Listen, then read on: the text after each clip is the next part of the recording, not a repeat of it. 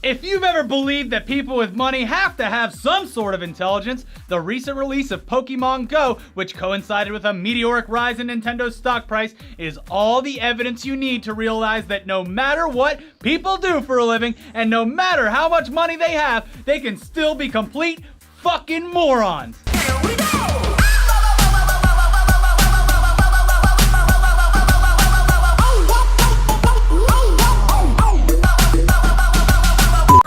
In July, Nintendo was blindsided by the overwhelming success of the new mobile game craze, PokemonGO. Yeah.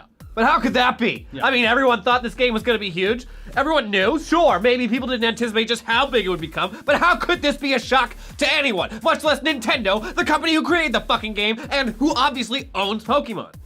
Well, it's probably a shock because Nintendo didn't publish or develop the game. Nope. So why would they think that they would receive any kind of positive monetary attention from the stock market? Well, mostly because Nintendo, people who invested in Nintendo did so because Nintendo has actually published pretty much every Pokemon game since the beginning of the franchise, and new Pokemon games have appeared for every single one of Nintendo's mobile consoles, so why wouldn't investors assume that they had a hand in making it? And when all these fat cats saw their kids going insane over this new PokemonGO thing, they knew right where to put their money. In Mario's pockets. Or Mario, if you're from Mario. the East Coast. We spoke about this before, that in the days after the game was released, Nintendo's stock jumped and they were worth nearly $8 billion more than they had been before the game came out. Mm-hmm. Then last Friday, they finally spilled the beans, saying in a letter to investors, this mobile game application is developed and distributed by Niantic Incorporated. The Pokemon Company, which is an affiliated company of Nintendo Corporation Limited, holds the ownership rights to Pokemon. The Pokemon Company is going to receive a licensing fee as well as compensation for collaboration in the development and operations of the application. Nintendo owns 32% of the voting power of the Pokemon Company. The Pokemon Company is Nintendo's affiliated company accounted for by using the equity method. Because of this accounting scheme, the income reflected on Nintendo's consolidated business results is limited. So yeah, that's an investment letter. It's boring. So basically, Nintendo does own a tiny bit of the overall Pokemon Company. But when push comes to shove, any monetary value that it would receive as a result of this specific game would be minimal because Niantic is the one that developed it and the Pokemon Company owns the rights. So after you shave all of that off in a bunch of different ways, Mario is left with nothing in his hands except for his little mushroom tip. Ah, it's his dick. AKA putting money into Nintendo because of the success of PokemonGO is not a good investment. It's a bad deal. Yeah. That point was proven this past Monday, which was the first time that the stock market opened after Nintendo sent out its bombshell memo to all of its investors. Nintendo's stock fell by 18%, and that's according to Bloomberg. So is Nintendo fucked? No, they're fine. Nintendo will be fine, despite its numerous shortcomings. And it still has some skin in the PokemonGO game because it will also be producing that PokemonGO Plus Bluetooth device that was, it got delayed. Okay. Oh no! It was supposed to be released by August, but now they pinky swear it'll be out in September. Guys, we promise. Hopefully at least a dozen of you will still be playing PokemonGO by then. We'll be dead by then. The kids will all be back at school, so. Yeah, then I can start going to the gyms and killing all the Pokemon. Yeah. Team Mystic.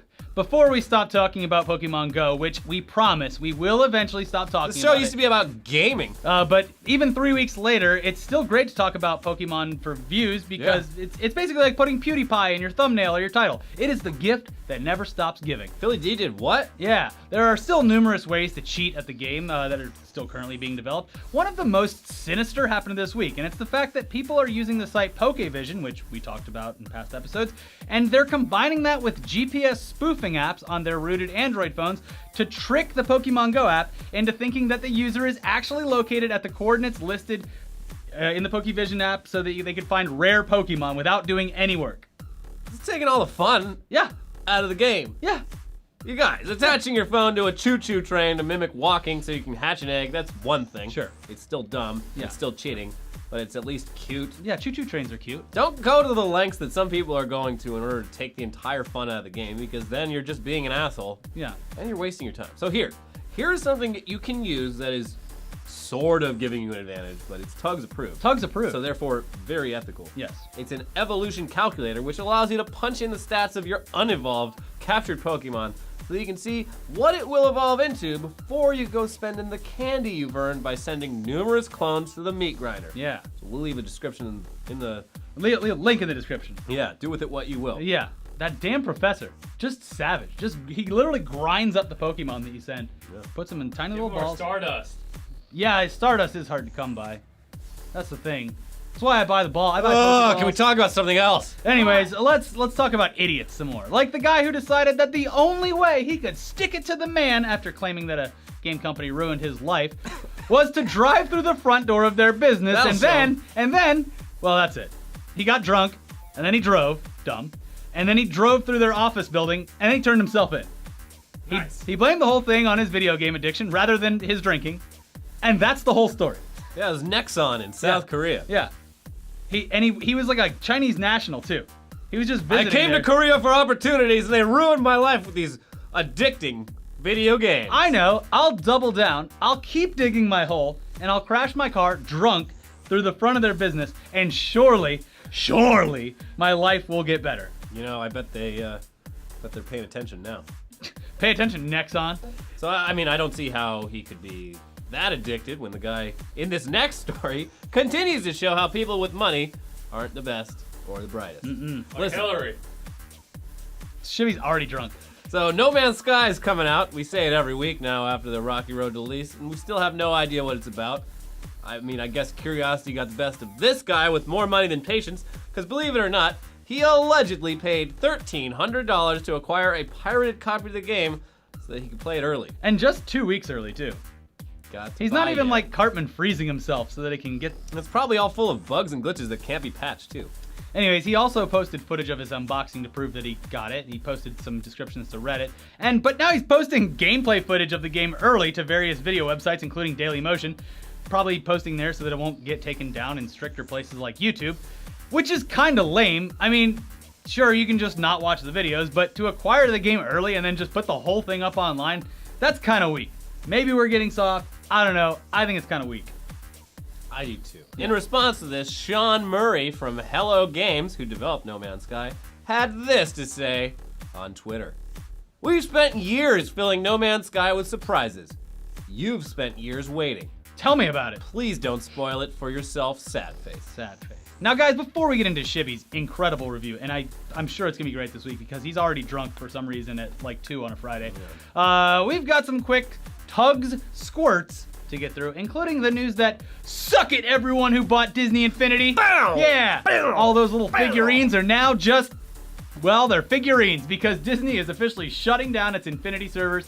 And the biggest hit comes September 30th, where they say that the single-player stuff, that'll still work, whatever, but there will be no access to online services, multiplayer, or community services. Sorry, guys. Looks like you're never gonna get to play with Doctor Strange or Jin Urso in your little virtual sandbox. This is why I only play single-player games. Yeah. The only person I can trust is myself. Not the game developers, not my friends, Yeah. no one. Nor the Just Nexon me. developers. Just me. Yeah. On the VR side of things, Steam is having a VR game sale this weekend. If you're rich as fuck already, and already own a Vive or an Oculus, and a supercomputer that can run it, Yeah. congratulations, you have a great life. But let's be honest, if you own those, you can probably afford to purchase the games at full price anyway, so who the fuck are we kidding? Yeah. But Good for thank them. you, Lord Gabin. Yeah. In other VR news, PlayStation's VR requirements have been announced, and the main thing to talk about here is that despite the fact that PSVR wants you to remain seated while playing, you're gonna need to move some stuff around in your tiny, shitty studio apartment or the bedroom that you still live in at your parents' house because PSVR needs about 10 feet by 6 feet of unobstructed room in order to work correctly. Yeah. Kick over the coffee table, kids. It's time to play They VR. designed it for skinny Japanese gamers and not fat American gamers. Yeah. It's not enough room. The typical American gamer takes up that space on his own. You're gonna have so many fat Americans playing this thing. They're gonna go, "Sir, there is still an obstruction in the room." Yeah. And you're gonna say, "PlayStation, it's me. Give me a break." The cool thing though is like with these headsets, you can attach like a feed bag to the Yeah. front, fill Gum, it with gum, like gum, gum, gum. Cheetos and like a straw to a Mountain Dew. You can Yeah. like fully just like Yeah. in the moment. Just make sure that you have enough unobstructed room. Yeah. Yeah. Well, Yeah. let's just shut up and let Shibby talk.